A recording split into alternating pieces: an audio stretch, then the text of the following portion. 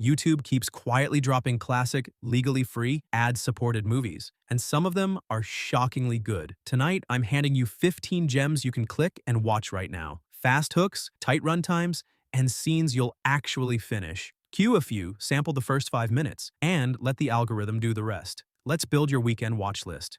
Night of the Living Dead, 1968.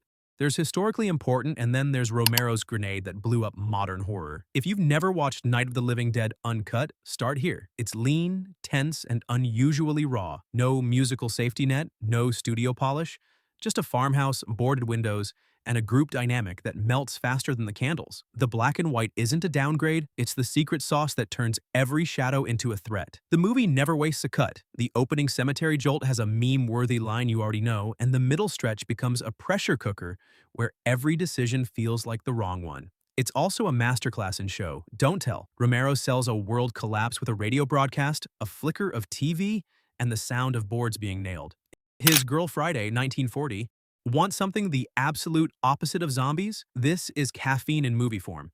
Cary Grant and Rosalind Russell machine gun quips so fast you'll rewind to catch punchlines you missed while laughing at the last one. Underneath the banter, it's a razor-sharp satire about newsrooms, ambition, and the intoxicating pull of a former life. The pace never dips. Howard Hawks weaponizes overlapping dialogue, and Russell's Hildy Johnson is a career woman blueprint with spine and swagger. The newsroom set pieces are sticky for modern viewers. Phones ringing, typewriters clacking, crises breaking mid-sentence. Grant, meanwhile, plays lovable chaos with Olympic precision.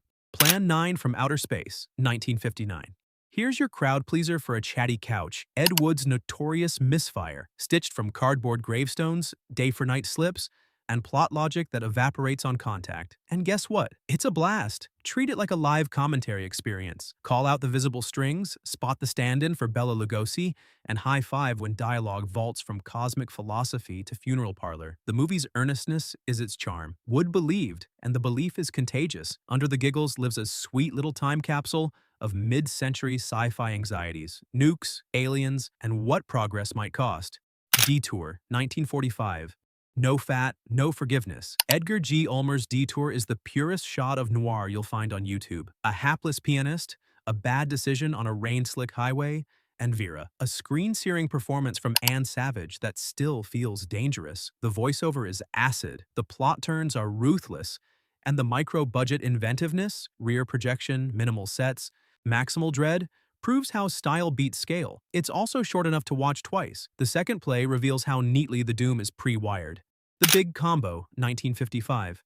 If you want to see why cinematographers worship classic noir, hit play on The Big Combo. The lighting by John Alton is a gallery of silhouettes, smoke, and hard diagonals. Every frame looks like a photograph you'd hang. The story's a pressure match between a stubborn cop, Cornell Wilde, and a silky crime boss, Richard Conte, whose menace arrives in whispers, not shouts. The torture scene lit entirely by a blinding white light, the fog-swallowed finale, and a supporting roster you'll recognize by voice if not name. Lee Van Cleef doing lethal minimalism. It's noir as aesthetic event. Easy to recommend to friends who don't watch old movies.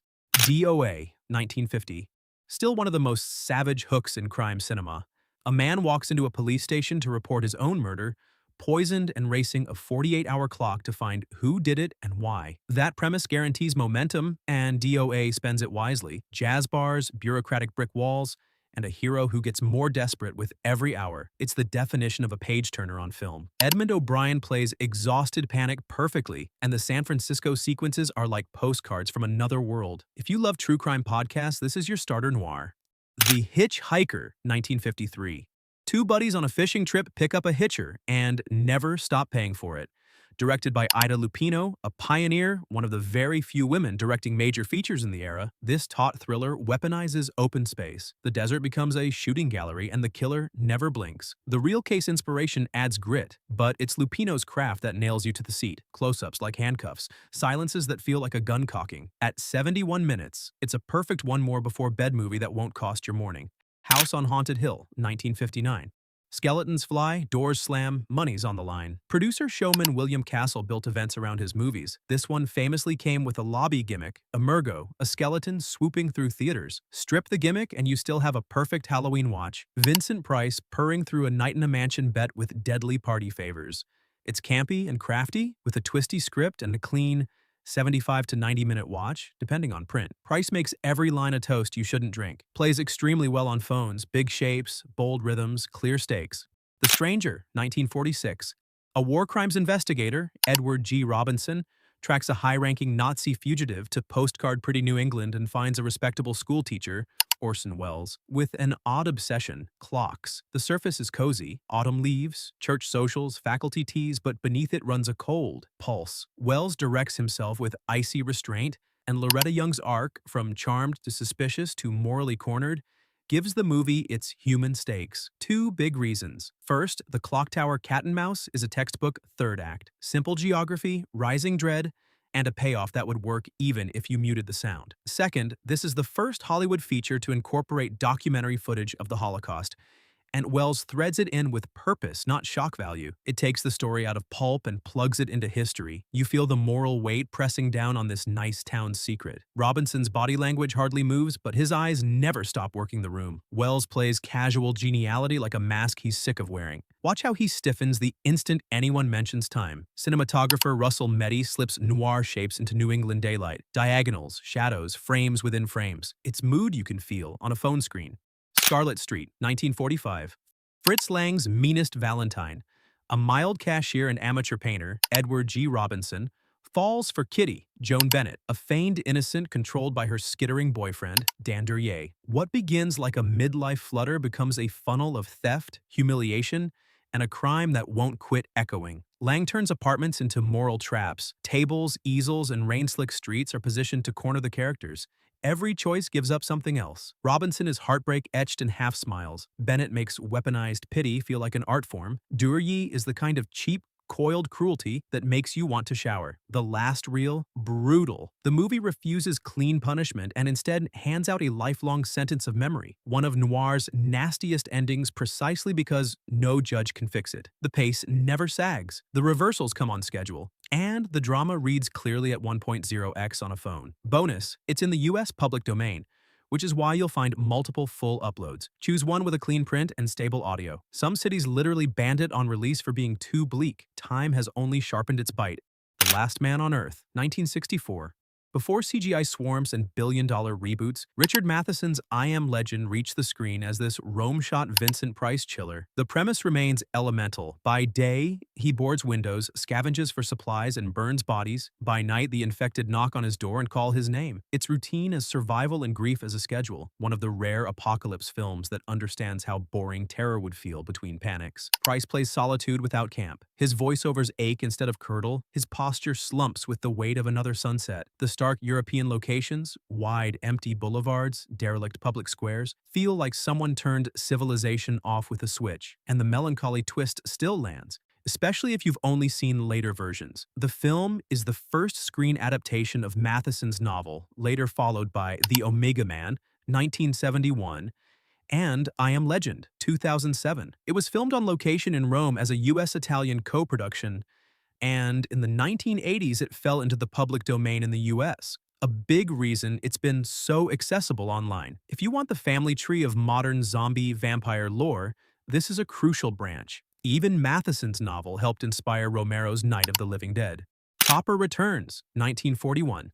Not all ghost movies have to be grim. This third entry in the Topper series, after 1937 and 1938, delivers the fizzy flavor of a screwball mystery with secret doors and spectral pranks. A murdered heiress, Joan Blondell, now a ghost, drafts the permanently flustered Cosmo Topper, Roland Young, to solve her killing. Cue a mansion with moving panels, driverless cars, and seance shenanigans. The jokes are big enough to read on small screens. Reaction shots, pratfalls, and wait, the chair is moving gags. Blondell is pure spark. Young makes dignified befuddlement a superpower. Billy Burke floats through like a benevolent tornado. Because it's the third film in the series, the formula is honed.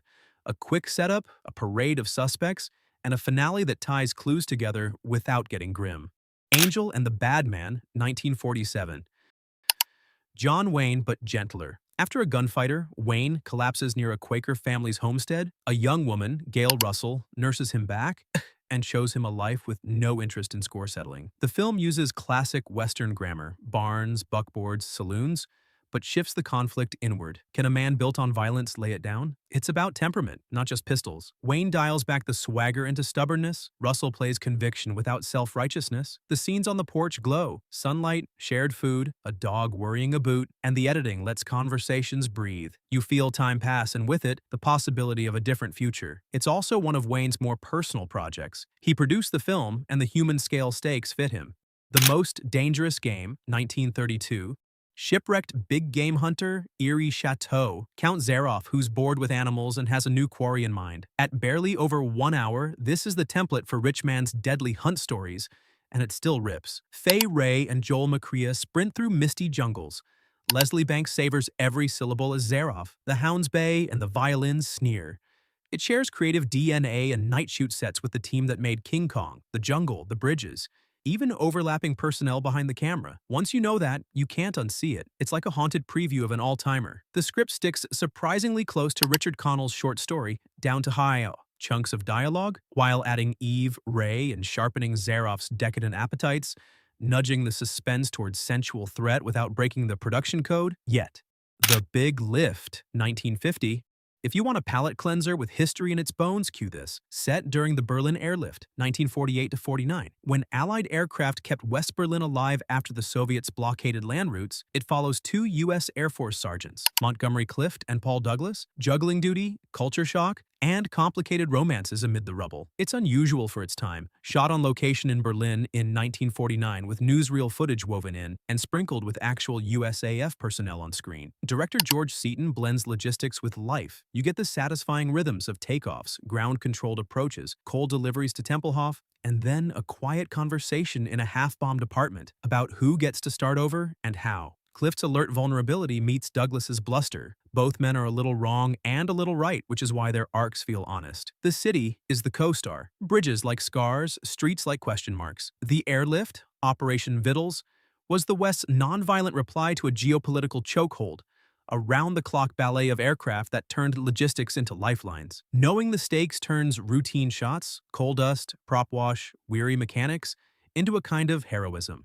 That's your free movie marathon. No subscriptions, just clicks. Start with a title that fits your mood, sample 5 minutes, and let YouTube serve you the next classic. If you want a printable watch list with genres, runtimes, and best scene timestamps, say the word and I'll spin one up. Happy streaming.